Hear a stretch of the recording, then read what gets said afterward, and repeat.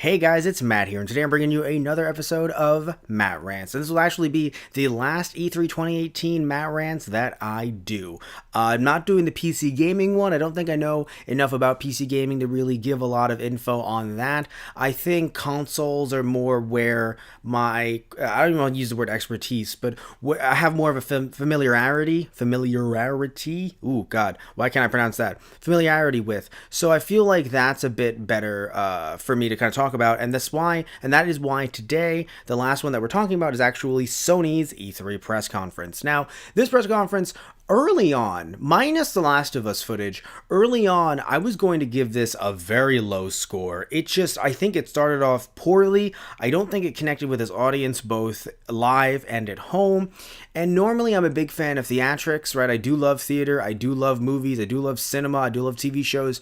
But again, what I've been saying throughout all of these, if you're new to these E3 press conference Matt Rants that I've been doing, this is your first one, then I just want to tell you guys that personally, I don't know if some of these musical performances should be at E3. That's just my opinion. It doesn't matter if they're good or bad, actually. I've enjoyed pretty much every single one of them I've seen thus far. Some more than others, but I've really enjoyed them. But the question becomes, do they belong at E3? Apparently they do. They've been at every single one that we've seen thus far. So maybe by next year, if there's more, I'll throw that kind of, criteria away, part of the criteria, because that's kind of one of the things that I've been critiquing these press conferences on, and I've been doing these Matt Rants with that in mind. Like, should this be at E3, and is this not resonating well? Even if with Ubisoft's, when it came to the Just Dance 2019, that one actually resonated well. That's kind of why I gave that one the grade that I did, which, if I remember correctly, I have my notes right here. Yeah, I gave that one a C for that, not only for Just Dance 2019, but I didn't give it any lower because I thought, you know what, the crowd did enjoy it as well. But early on with Gustav, who, by the way, amazing on the banjo, I was potentially, even when they went into especially when they went into like a kind of a halftime show before getting anywhere near half of the show itself, of the press conference, I kind of went, oh, am I going to give this an F? And again, that's nothing, against those people on the panel. They were, they were okay. They weren't the worst. They also, I don't know if they were the best, because you guys, if you don't know, my opinion on hosts are more so, I think devs should be hosting, not people who aren't devs, that are just kind of filling that host position. But at the same time, I don't know. Like, again, there was nothing wrong with them as the panelists that we'll get to a bit more in depth later. But I was going to give this a really low score. But then, as the actual press conference went on, when they let the games speak for themselves, when they just had small little, interruptions with the little transitions, like with the banana and the piano man and stuff like that, it was just small little cute stuff that I didn't really think detracted as much. And I think things started to get a lot better, where, I ended up bringing the score up immensely. But we'll talk about what the score is a little bit later on towards the end of the Matt Rants. Let's just talk about the event itself right now. Let's start off with Sean Layden, the chairman of Worldwide Studios. So we get Sean Layden in here, big, the head honcho up in these parts, coming out, just talking to us about stuff that I did not think landed well. Specifically, the church comment. Just thank you all for coming to church. And my thought is, okay, it didn't look as much like a church. I mean, granted, he did call it out as like a churchy tent, like one of those situations, which, okay. But then also went on to the Kingsman joke that kind of fell flat, which was odd because, first of all, haven't seen Kingsman, but I want to, and I've seen the clip that he was referring to. He's referring to the clip where everyone died in that church, and all started killing each other. Movie-wise, choreography, all that stuff, the fight choreography, amazing. Crazy scene. I show that scene to people. The choice of music using that scene, I love it. But is that really the joke you're going to make here? It's just, I don't know. It was just odd. This crowd was like, some laughed, but it was mostly like, I don't know if it's because, sadly talking about real life events, we've had deaths in churches throughout the last 2 years or so. I'm not saying it was a too soon situation. I just didn't think the joke landed. I think people were just expecting him to just introduce the games. And just like with, good God, thinking of, not Ubisoft, thinking of Bethesda's E3 press conference, because Ubisoft's with the Just Dance, I don't think that was much of an issue actually, but with Bethesda's, even though I enjoyed the rock concert that happened, the crowd wasn't expecting that, and they weren't fans, I think, because of that.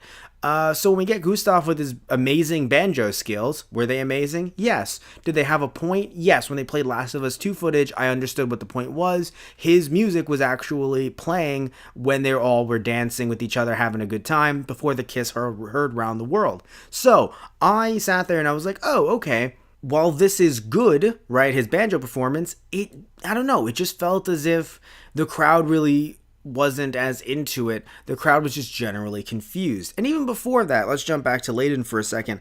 Layden talking about how we see this as a vocation in terms of making these games and as a calling. And it was just, I don't know, as someone who considers his YouTube channel like a calling, to be fair, right?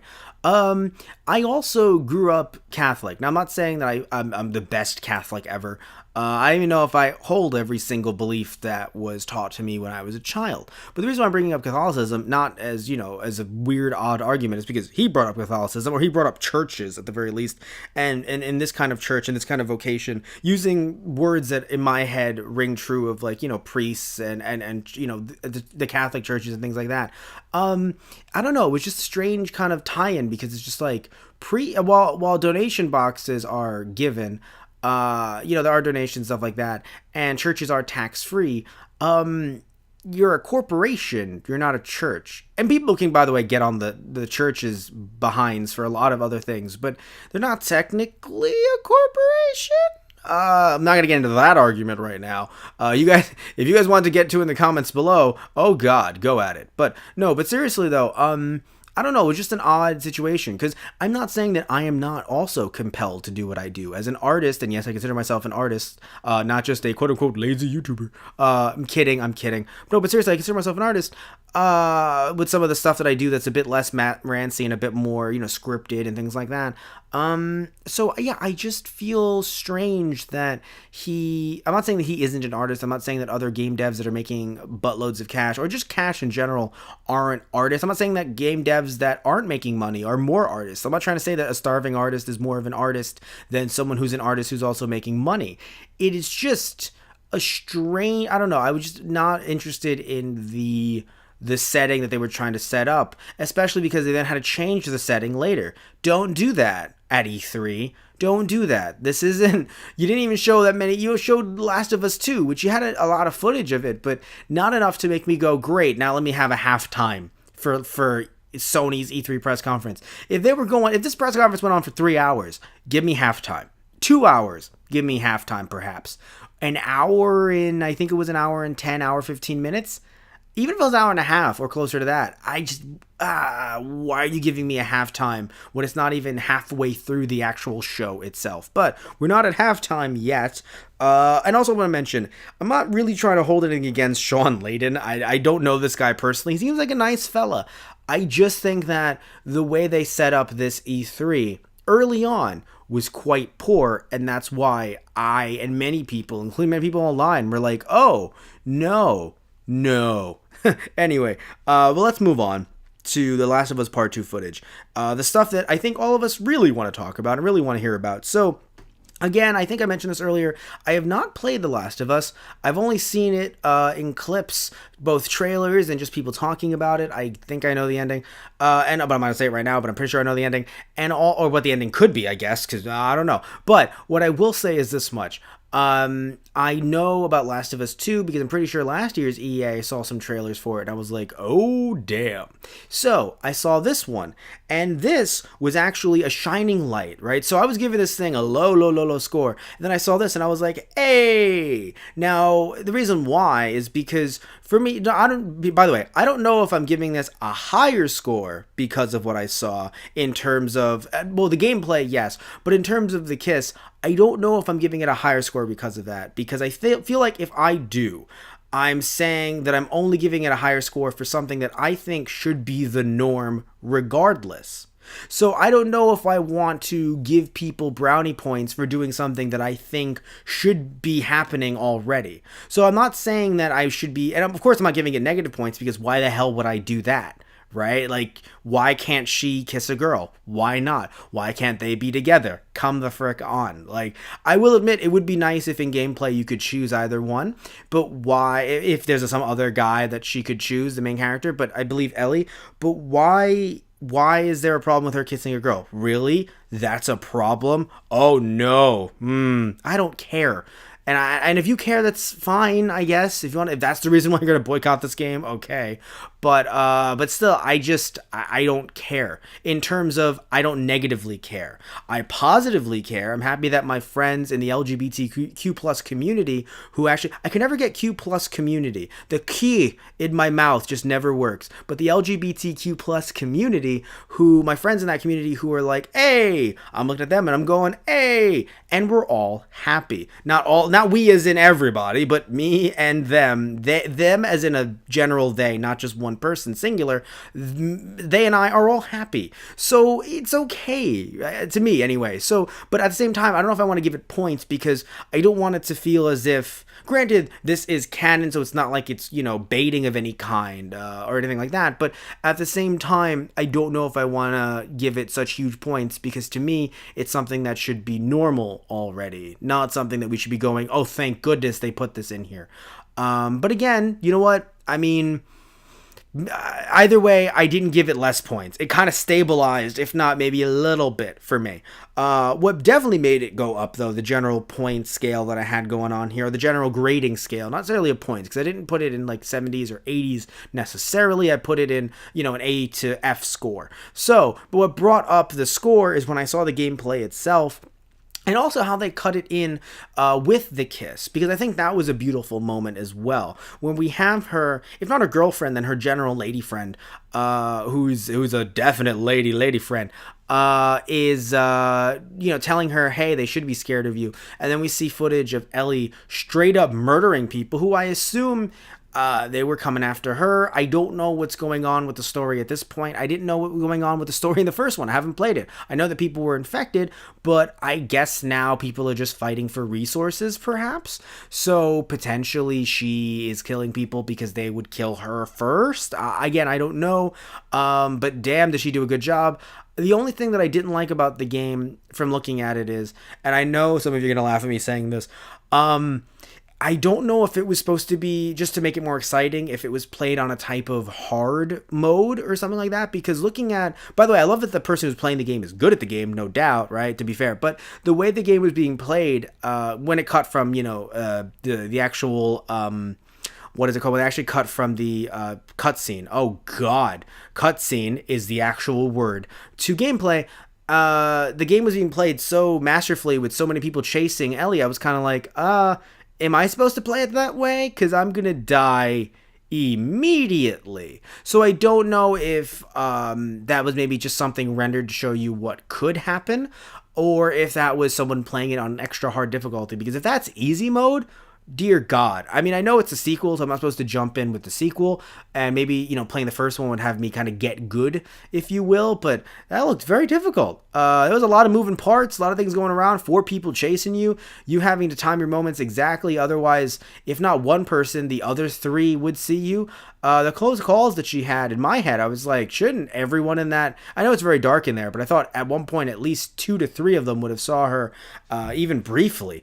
But either way, it looked really cool, though. I'm not going to say it didn't make me hyped, and everything surrounding it did make me hyped. So, the kiss heard around the world, I thought that was a really good thing, and I do want to see what would happen storyline-wise with that, if there's another option, or what will happen with this option. I'd be really upset if her lady friend, if her girlfriend dies, and I wonder if that's going to be a motivating factor, turning her into kind of a, I don't want to say Batman necessarily, because that's not, her mom or dad or anything, but a kind of revenge-filled-esque character. Heck, what if that cutscene that we're seeing is in the first 5 minutes, and then the rest of it is her with her, lady friend dead?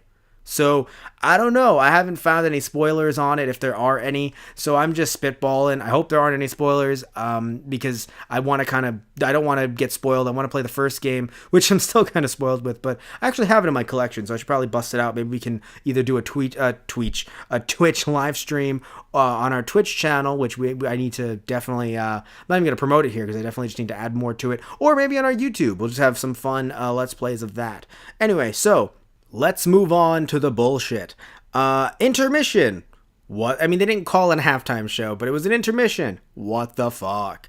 I understand why they did it, but it was still dumb regardless. Now, what I did like is that they used the intermission to their advantage. They talked more about what was coming up later, at first, I didn't like it, because at first, when they had on Sean Layden, who again, I don't hate the guy, but when they had on, and by the way, it was Sid Schumann and Ryan Clements, and they were alongside Sean Layden. When they had him, though, it kind of felt a little bit PR-y, like, thank you all so much, the fans, and, and we really love doing this. Similar stuff that he had just said on stage, in a way. So, nothing against him, but when he brought up both God of War and New Game Plus, or they brought it up and then he talked about that, he also talked about what was coming on later on during the press conference, like Spider-Man. He also talked about the fact that it would be available in 3 months' time. Him talking about new stuff and also trying to get us hyped, I was like, thank you, Layden. You got me hyped.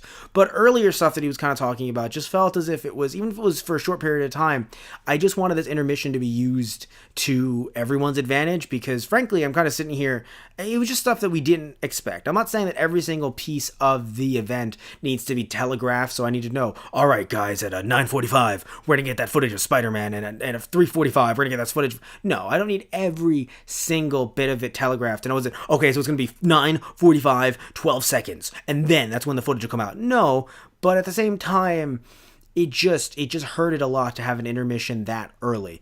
But they did talk about, once they kind of got the ball rolling with the intermission, they started, in my opinion, using it properly, or using it more to their advantage, and they brought out, or at least they were talking about, Call of Duty Back in Black maps. Now, by the way, this is going to be a long sentence, but it's all accurate.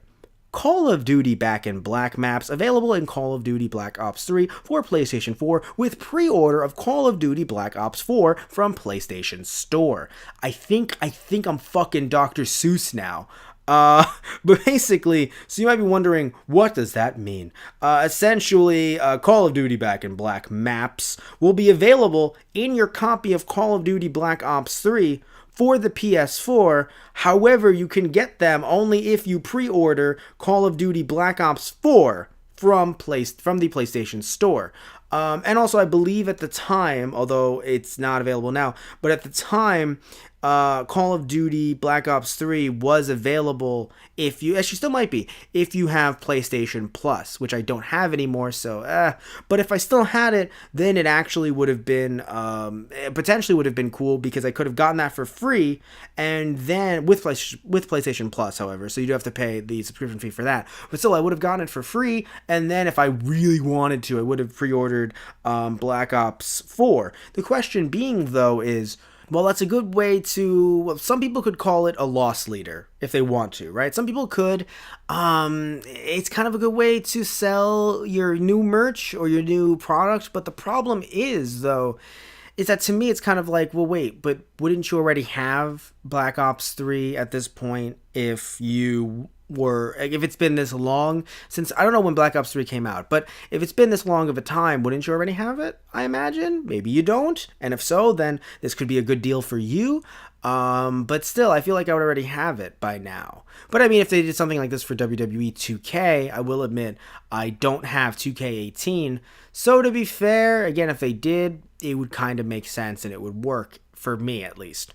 So, I mean, I guess it's just because it's not my franchise, one that I'm familiar with, one that I don't really play many first-person shooters, so that might just be the thing for me, that's kind of holding me back. Also, I want to mention during the trailer itself, there wasn't really much going on there, but I want to say that the trailer for Call of Duty Black Ops 4, no one mentioned that a bullet went through a snowy mountain, and frankly, I think we should. I think we should call attention to that. The bullet was going through everything, and it actually went through a snowy mountain.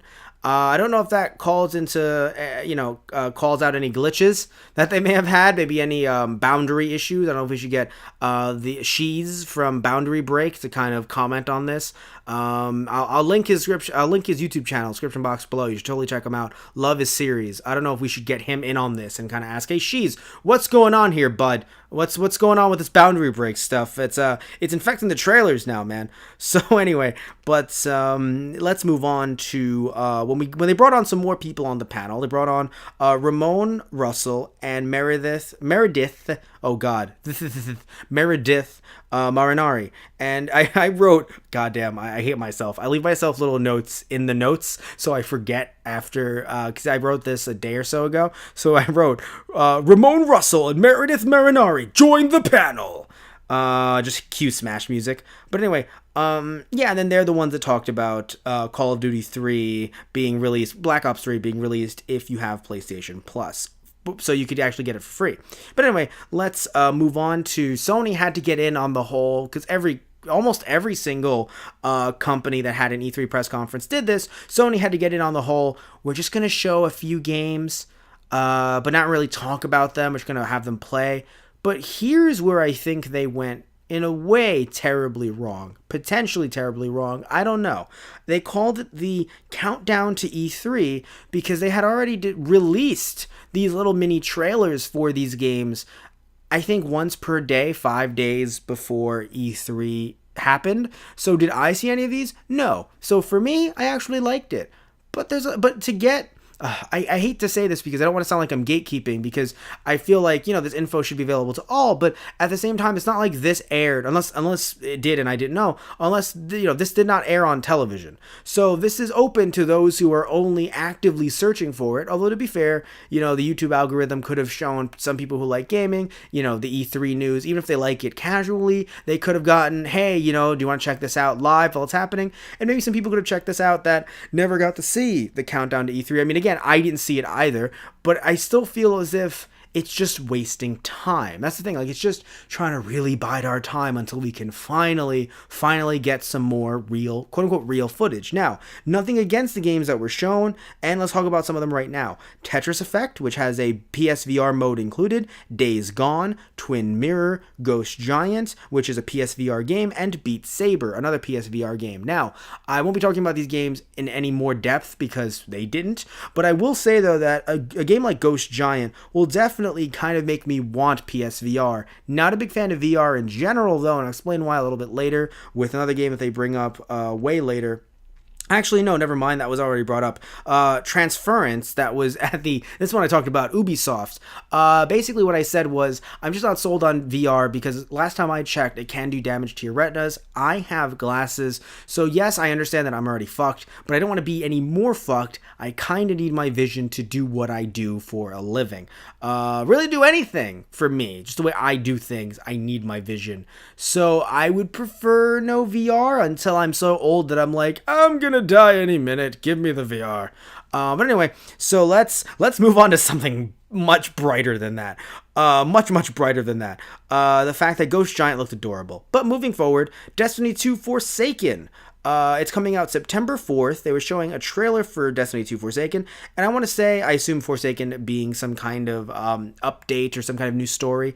My thing is, and I'm truly saying this, I'm not being sarcastic, I'm being legit, good luck. Because from what I heard, a lot of people dropped off, or at least talked about dropping off. Some people that have come on the channel that play Destiny 2 were like, yeah, not really into that anymore. I moved on to X, Y, or Z. So there are people that are leaving, or they already left, or at least they talked about leaving, which, I mean, maybe if there were more people that talked about leaving and actually left, this, who cares?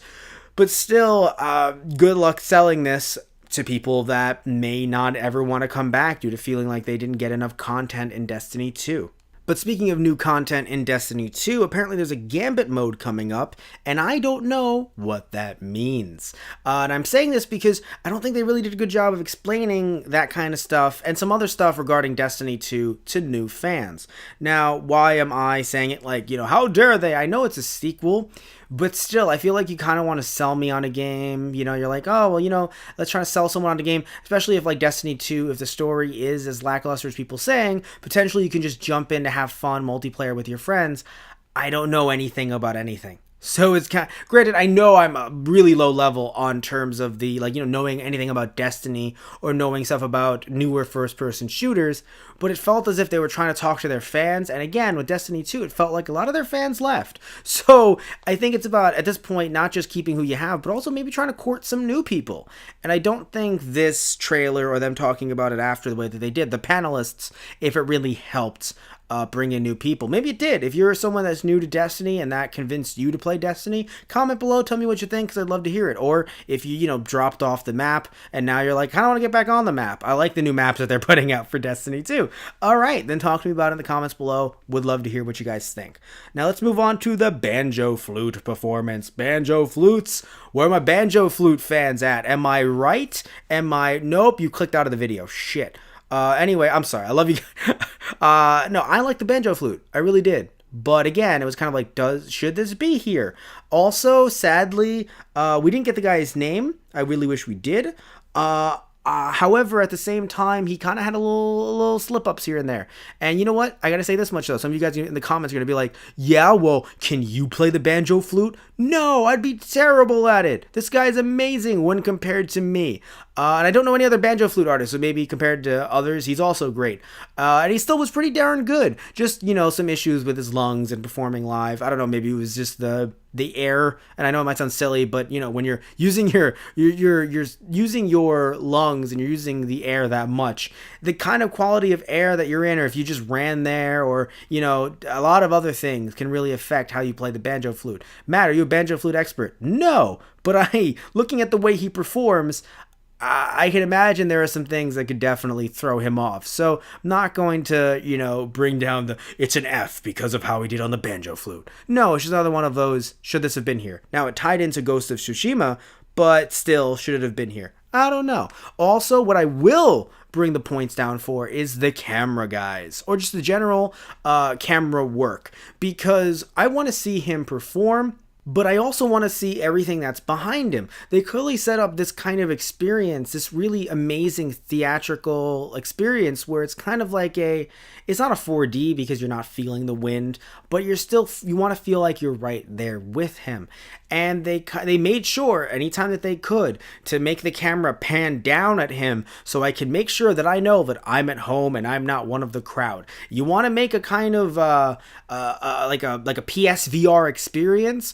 Show me the camera from a guy who's sitting in the audience who has a really good look at everything from his GoPro. So hire a guy to have his GoPro, 4K GoPro, looking at this performer, showing me the entire scene. I really don't know why we had to get shots going down, looking down at him, completely breaking the immersion that you guys were trying to set up. I don't know. Maybe that was the biggest nitpick that I've ever done for a Matt Rants. But still, moving on to Ghost of Tsushima, I want to say this game looks great, and I want it. So, I definitely want it. I like that it's a samurai game where it feels like it's set in the real world. And I say that because I feel like, at least the games that I've seen, and I'm not saying it's all samurai games or games that are set, during this period in Japan, but I just feel as if a lot of the games that I see that have samurai in it are either in the anime area, so they're very, bombastic out there. I'm not saying this is 100% real, but at the same time, they're based on anime, or they're very much like, oh, it's a samurai and then the bad guys are demons, right? And it's trying to be a demon slayer or something like that. So I'm happy that in this case we're actually, I don't say that we're fighting up against real people, because I'm not saying that's the best. It's a video game, of course, so it's all fake, but still, at the same time, I'm kind of happy that it's more of a quote unquote realistic experience. And I have quotes in there because of course it's a video game, so things are going to be embellished whenever they can for entertainment value, but it's a little bit different than whenever you're fighting up against demons or other, undead beings in a suit of armor with your samurai sword. Anyway, moving on. So the banana was hilarious. And at first I wrote, that doesn't tie into anything. But then I kept on doing little cute stuff like that. So when it comes up, I'm going to say, that was adorable. And then we'll move on.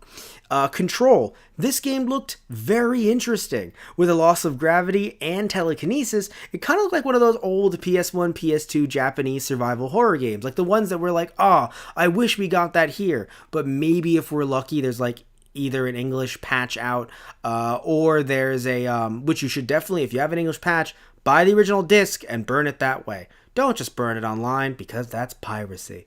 But either way, just saying that either one of those games never came over here that we're like, oh, wish it did. Or it did come over here, didn't sell well, and everyone's like, I want that game. How expensive is that game? And everyone's, getting psychic powers. They're unlocking secret potential in themselves to just, throw people around to buy the game. All in all, this is another game that I want. So my wallet is going to be very sad when this game comes out. However, I'm pretty sure either didn't list the date, or if it did, it's just said sometime in 2019. But I don't think it listed a date, which is kind of sad, because you kind of need that to know when the game's coming out. But anyway, moving forward to something that I did not expect. And by not expect, I mean I did expect, because I heard about it, but I didn't know in what press conference it was going to be, and I didn't know where, and I didn't know how it was going to be presented because I didn't see the trailer, but I heard this was going to happen, and of course that's the detriment of doing these a little bit later than others are, but I was not able to do them live when they came out. So when these press conferences came out. So the Resident Evil 2 HD remake. Calling it a remake, we'll explain why a little bit later. Coming out January 25th, 2019. So first off, yes, by the way, January 25th. 2019. That's how you drop a game. You just wait. You don't have to do a song and dance every time you create another part of it. Hey guys, here's a small teaser. Don't worry, you'll get it within the decade. Cool, thanks. But how about you just wait? You just wait. And then all of a sudden you're like, look, I get it. 7 months sounds like a lot, right? It really does. Because but Matt, that's 7 months away from now. It's a long, long time. To me, though, 7 months is a lot different than 7 years or something like that. It's a nice wait to me personally. I know it might seem like it's a long wait, but believe me, there are other games that have had much longer waits. Now, moving on to the game itself, I don't think there's much to go on other than saying that the game looks great. I mean, visually, it just looks beautiful. And the reason why I'm calling it a remake and not a remaster right now is because it seems to me, just from the trailer itself, there's too much being added in to just call it a simple upscaling. Because to me, and I've talked about this on another Matt Rants, talking about them calling the Crash Bandicoot game. I don't know much about the Spyro game yet because we haven't seen it yet, but the Crash Bandicoot game, the Insane Trilogy, an HD remaster, it's like, you're actually using a different engine, and you're also changing up the character models, and it's not just a simple HD upscaling. You wouldn't call a straight up, even if it's a shot for shot, you wouldn't call a shot for shot remake of a movie. Even if it's released on Blu-ray, you wouldn't call that a remaster. No, you take the original files if they were in HD, or the original reel. If it was in HD, that would be perfect. If it wasn't, you upscale it, which sometimes that's not the best, but still, you upscale it. You don't remove grain, damn it. But still, you upscale it, and then you're like, okay, this is in HD now, this is Blu-ray now. Not, I'm going to remake it shot for shot, like a Hitchcock movie remade shot for shot, and then we're just going to call it a remaster. No, it's not. So in this case, it doesn't look like it's a remaster. It looks like it's a remake, and that's okay, because you can add some really fun things for this remake, and I think, to me personally, it just looks really, really good. And now moving on to Trover Saves the Universe. Ooh, okay, so I love Rick and Morty. I really do. And I'm not here to talk about, Rick and Morty's fandom or Dan Harmon or anything like that. I love Rick and Morty. But here's the thing. So I'm not going to say that this game is bad. I'm not going to say this game is terrible. I'm not the biggest fan of the art style. I'm not the biggest fan, but I'm not saying that the game or the trailer just in general didn't sit well with me. Not the gameplay stuff, but it was the cinematic stuff. And here's why. So I think that people, and I can't speak for everybody, but I think that people like me were expecting this big moment when the camera panned out to reveal Rick and Morty sitting on a couch watching TV, and that the big reveal is that there's actually a Rick and Morty game coming, and that they were just watching a TV channel in their universe. But apparently they're taking just a TV channel or a universe within their universe and making a game about it. Now, I don't think there's anything wrong with that necessarily. I just think that it's kind of weird because, I don't know, they just set it up in a way that on the TV show, you would kind of have them pan out and be like, "Oh, geez, Rick, what's going on here, Rick? I don't know, Morty. Channel, Morty, change the channel, Morty." And it'd be like, "Oh, okay. Well, everyone would be like, well, Matt, your impressions are terrible." But still, it would, I don't know, it would make more sense. So it just kind of felt odd. And sometimes, maybe they had to tone it down for the trailer, but I feel like Roiland can get really funny, raunchy, and awkward. And it was just awkward. It wasn't necessarily funny. It wasn't raunchy. It was just, I don't know, just something about it. Also having the font for Universe be the same font that Rick and Morty has in its theme, or its, opening credits and everything. I don't know, guys. I just felt like there was something off the entire time, but it wasn't like haha off. It was just, what's the bigger picture here? What are you going to show me? What are you about to cut to? What's the big gag? What's the punchline? And you could say, that's the joke. There was no punchline. But I don't know. Just something, you could say it was, oh god, what kind of joke is that? The no punchline. The Shaggy Dog. You could say it's like that, arguably. A Shaggy Dog joke. But I don't know. It just didn't hit with me. It didn't hit with everybody else. Something felt different. And except for Roiland's voices, who were very similar to Rick and Morty. So I just really don't know how to feel about this personally. But I think we should move on to what could have been the main event of the night had Spider-Man not come out. I still think in a way this kind of was the main event. Maybe in my heart, just in my hearts, my heartless, my nobodies. Kingdom Hearts 3. So look. Before we get into the awesome stuff that happened, I want to mention something that kind of confuses me here. So I'm not trying to throw hate at Microsoft or Sony, but I have a genuine question, and I'm truly confused here. So I want to ask you guys, maybe you guys can actually enlighten me on this. This isn't sarcasm, I'm being dead serious. How are we going to have a company that makes this game, Square Enix, coming out with the same trailer that we had during Microsoft's press conference? So Microsoft, it seems as if they're the ones revealing the big thing. And then Sony gets to show off every cool, well, not every, but some really cool, interesting new footage when Square Enix gets the same old stuff that Microsoft got.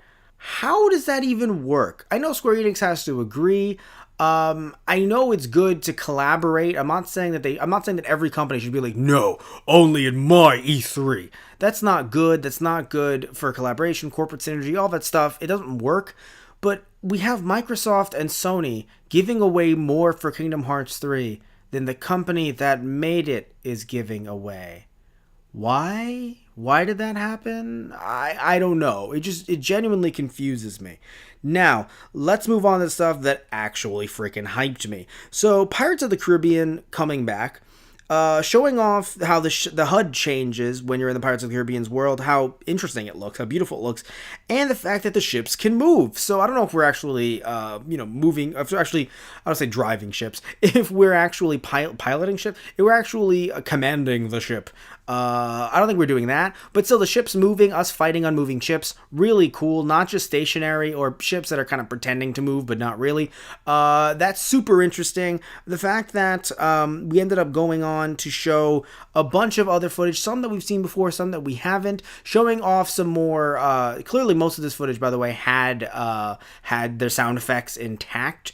The one thing I want to say, though, is I do still want to see some more Final Fantasy characters. I don't know if they're saving them for some big reveal or saving them for the end of the game when they come in to help Sora. I think I mentioned this back in the Square Enix press conference, if you guys heard that. But I'm still kind of wondering, where are you guys? I'm not saying I need a full world, although it would have been nice if they knew that Final Fantasy VII was going to get an HD remake, if they have a Final Fantasy VII world in the game, and maybe they don't want to show us because they're like, we'll show them. Probably not, though. I'm pretty sure they confirmed all the worlds already. Unless it would be a DLC world, which I'm still all for. I still really am all for DLC worlds. I think you just kind of throw them in there whenever in the plot, and it would still somehow make sense if it's just a random one-off thing. Anyway, moving on to... we're still talking about this trailer, though. Moving on to some other parts of the trailer. So I know people have kept on telling Riku to go fuck himself, but I don't think they were talking about it like this. I don't know if this is what they were thinking about when they were like, Riku, go fuck yourself. I don't know if this is what they had in mind. Also, so, okay, there was an exclusive Kingdom Hearts PS4 Pro that they showed off at the end of it, the end of the entirety of the trailer. I want it, and that's the only reason why I'd ever want to buy a PS4 Pro. And it's kind of funny how at first I was like, I'm not going to get a PS4 Pro. But then you did it, Sony. Good for you, Sony. You got me. But here's the interesting thing, though, that I'm kind of confused about. They wrote all in one package at the end after showing off all of the PS4 Kingdom Hearts remixes. Does that mean that they're included on the hard drive when you buy the console? Or are they going to be 3 games added on to your purchase that hopefully won't bring up the price of the PS4 Pro? I don't have any of the 3 remixed PS4 games, so to be fair, that would be new to me, so I would want to buy it with those. But at the same time, whether or not they're, even if they're loaded on the hard drive, they definitely should not be charging anymore. And if they're giving away physical copies with it, I guess maybe a little bit more, but I don't want to spend, like, let's say it's like, it probably wouldn't be 500, but let's say it's 500 for PS4 Pro. I don't want this to be like, it's actually 700. Because no, even 500 for me, I'm like, I cannot afford that. But I definitely would not be a fan of a $700 PS4 Pro, even with the games included. Still, the games have been included so many times. It's a nice way to sweeten the deal, but I don't think it's a way to make it, $200 more, or even $100 more, or whatever the asking price is, because they didn't show an asking price. So I don't know what the MSRP will be. Maybe by now we know, but I haven't heard of what that'll be. So, I mean, we'll see, but that would make me buy a PS4 Pro. I don't know if my TV would, frankly, if my TV doesn't really, if it really wouldn't show off the effects of the PS4 Pro, I probably would never even want to get one. But if it could, then maybe that would sway me. But again, not like I have the money, just sway me personally into wanting it even more. But yeah, so either way, some of the stuff they showed, like I mentioned earlier in the trailer itself, seemed like some more sound effects are done, but not every single one. So it seems like Toy Story is still not really there. Tangled isn't. Pirates of the Caribbean was, though, so maybe it's one of the earlier worlds, or at least the earlier worlds that they worked on. So that's going to be very interesting when we actually see the game itself. Apparently they're still working on, I've heard some rumors, they're still working on the Big Hero 6 world. It's coming out in late January. I hope it's done soon. Screaming pine trees are cute, and that's my one sentence review of that little segue. Anyway, moving on to Death Stranding. I don't know if there were problems with the stream because of all the green lines and audio issues, or if Kojima was fucking with us. I honestly don't know. I played the PT demo. I really don't know which is true. I wish I could tell you guys, this is what's true, this is what's not true. I have no fucking idea. Speaking of the game itself, I have no idea what's going on with this game, but I'm okay with that. I'm not okay with the toenail scene, though. I'm not okay with that, but I'm okay with the game kind of messing with our sense of reality. Personally, I assume that this game, it's either alien shit, or Norman Reedus' character is losing it. Some are saying maybe it's purgatory, but it seems like there's too much story in here, unless they're all in purgatory, which, I mean, actually could be accurate. Would be funny if it is purgatory, though, because that was some of the rumors with PT. I thought that it might be a purgatory situation. So if they literally were like, they being, in this case, Konami, was like, nah, dropping it. Nope, not happening. No Silent Hills, no Norman Reedus, no PT, no nothing, no Kojima. And then Kojima's like, yeah, well, I'm going to sort of make the same game-ish, kind of, just over here in my corner with my friends. That would be awesome if that actually is the case. And it is still involving purgatory. But I mean, I really don't know, because right now it seems like it seems like they're on an alien planet, or at least Reedus is on an alien planet with other people. But, I feel like with Kojima at this point, if he's showing me something, I'm just not going to believe it. So if it's something that I can tangibly see, like, oh, that's Reedus, and oh, that's a baby attached to what seems to be an alien creature, I don't believe it. I have to. It's funny. Some people say you have to see it to believe it. With Kojima, no. If I see it, I'm probably not believing it. But anyway, I mean, that's just, I don't know. I don't know what else to say other than I'm very intrigued about this. This is another one of those games that I'm actually this game, I don't just want it. I actually would purchase this game just to see what in the hell is going on and see if there's other kinds of weird directions the plot can go in. Hopefully it's a story that isn't too linear. I know some people laugh at that because of how abstract it seems, but still, even if something is very abstract and odd and esoteric, if the creator wants to, it can still go in one straight direction. So I do hope that there's kind of parallels, weird alternate endings, and other ways that you can kind of like, let's say you die in a random spot and the game ends with a completely different ending than if you lived throughout the entire game. Weird stuff like that I think would be very interesting with the gaming experience. So I hope that it really does subvert some things, a little bit different, and it isn't just weird story stuff. Also, I hope that there isn't a point when it's like halfway through the game we know everything, and then it, now we're in the real world, or now we're shifted over somewhere else. I hope it stays in this very alien area throughout the entirety of the game. But I mean, we'll have to see what happens. Looks like just like what happened with PT, Norman Reedus' character is going to be having some flashbacks, so that's very interesting. We'll see what can happen with this as we look towards the future, as we see some more stuff with Death Stranding in the future. Now let's move on to Nioh 2 or Nioh 2. No, I think Nioh. Yeah, Nioh. The way that they used all three screens was really cool, but I gotta say I have no idea what this game is about, and I want to know more, but I don't really know much. I mean, I love the way they use the screens, really cool action sequences, but not really much else to it, so I kind of want to know more and see where this is going in the future as well. Piano transition is all I wrote for that scene. That little tiny transition. All right. Good notes, me. I like the piano, man. But either way, good notes, me.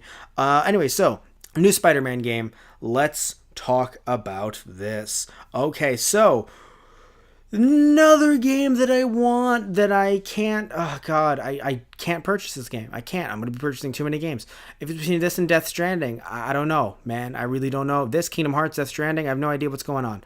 I know this one's coming out sooner, but still. Yeah, this is a game that looks really damn good. The fighting, the mechanics look interesting. For some reason, it reminds me of Arkham Asylum, but also mixed in with the Spider-Man 2 game. The way, you jump from one enemy to another, some of the ragdolling. The whole every villain breaks out of jail story, that's so cliche, but you know what? What am I expecting from this game in terms of, like, look, I'm not saying I'm not gonna go to a game for story, right? I do think that story has something to do with the game, but when looking at a franchise like this, looking at every single comic, every single cartoon, every single film, it's going to be very hard to make a story that isn't, oh yeah, I read that 5 years ago in issue, 654.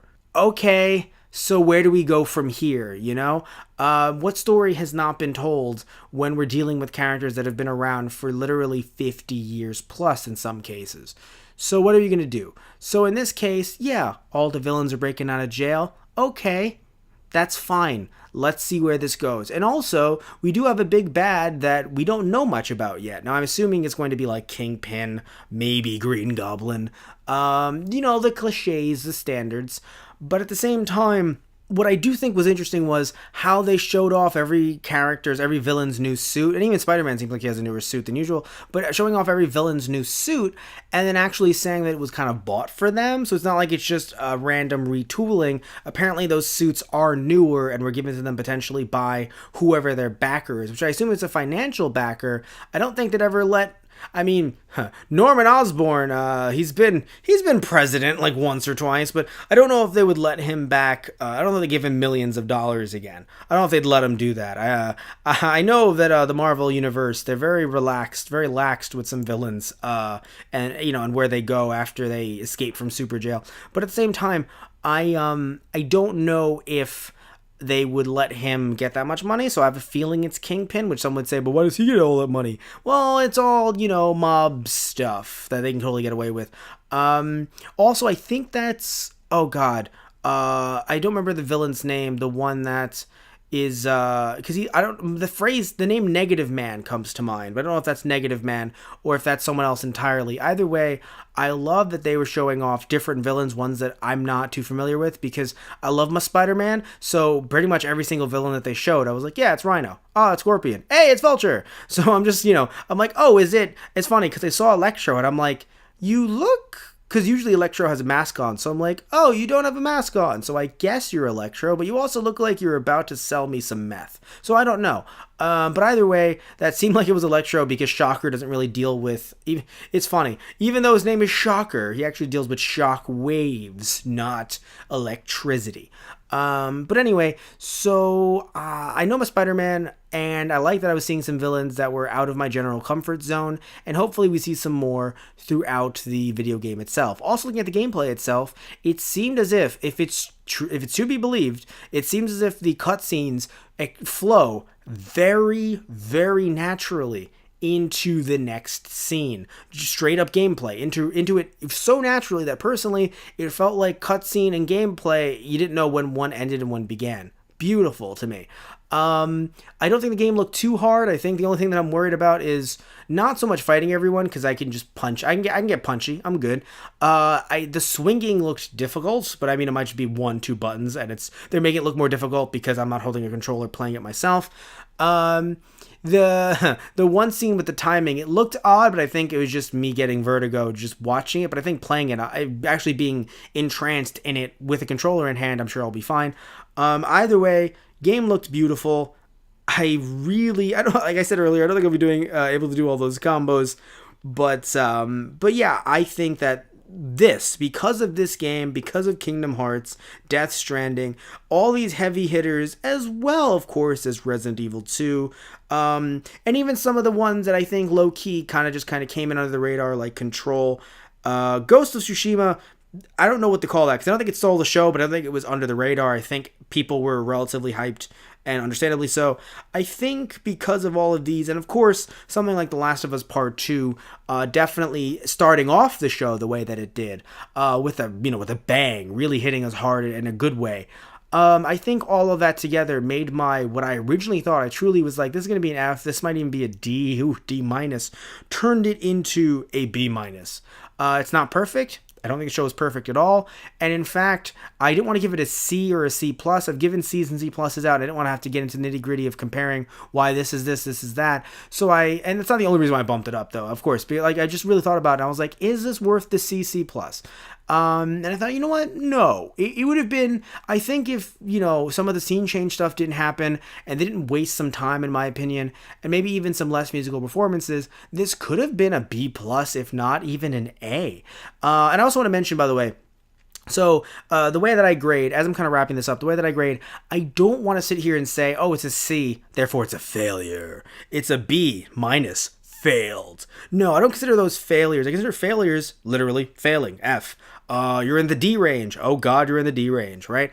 I don't consider a C or a B failure. I just consider there certain things that didn't really meet up to my either standards or certain criteria, and other things that I kind of put into place. Even when it comes to things like, oh, the games are great, but the way things were placed was weird, or some of the presenters, some audio, video, technical issues. Because when looking at this E3 press conference, it's not like the Square Enix one, even though that one also had some issues. It's not like with that one or Nintendo Direct, where it's just the footage and that's it, with interspliced with pre-recorded messages. These are live things are happening. There are live screw-ups, and there are also some very interesting stuff that does happen live. So with everything that are good, so with interesting stuff that happens throughout the event, it's not just about the games. It should be. I would prefer that it was, but they're trying to treat this like a big event by having all these other moving wheels and the other cogs in the actual press conference itself.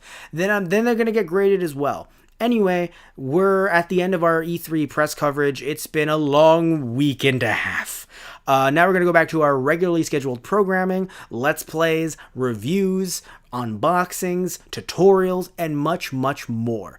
And when I say regularly scheduled programming, by the way, for the next week, we're going to have that until we get to Halloween in July. That's not the tune for Halloween in July. Halloween in July. It's our special Halloween in July event that we do every single year. Other than the Matt Rants, everything's going to get a Halloween takeover. Although maybe the Matt Rants will be using scarier games for the Matt Rants. But either way, no matter what, even if it's talking about like a Nintendo game, it'll be a scary game or something. something, perhaps. But either way, yeah, so that's what these Matt Rants are going to be potentially staying the same. I don't think we're going to start talking about like Halloween candy and only scary games, stuff like that. A lot of new news that even some stuff that's a little bit backed up by a day or so. Some that's even backed up by like 2-3 weeks that I'm kind of sitting there like, no, I still want to talk about this. That will be coming out in the near future. And also, but yeah, everything else is going to get a fun makeover for Halloween in July. It's going to be a lot of fun. So, and it's also going to infect some of our other channels as well, like a zombie virus, going over to our Those Guys on the Radio channel, as well as our TG Productions channel. At least as much as it can for a TG Production channel. So definitely check those out. It's going to be a lot of fun. Thank you all so much for listening, and as always, helping us be us. Please remember to like and subscribe if you liked the video. If you didn't like the video, you can still like and subscribe either way. Hey, all right, guys, love you all. Take care. See you next time with another episode of Matt Rants. Okay, so love you all. See ya.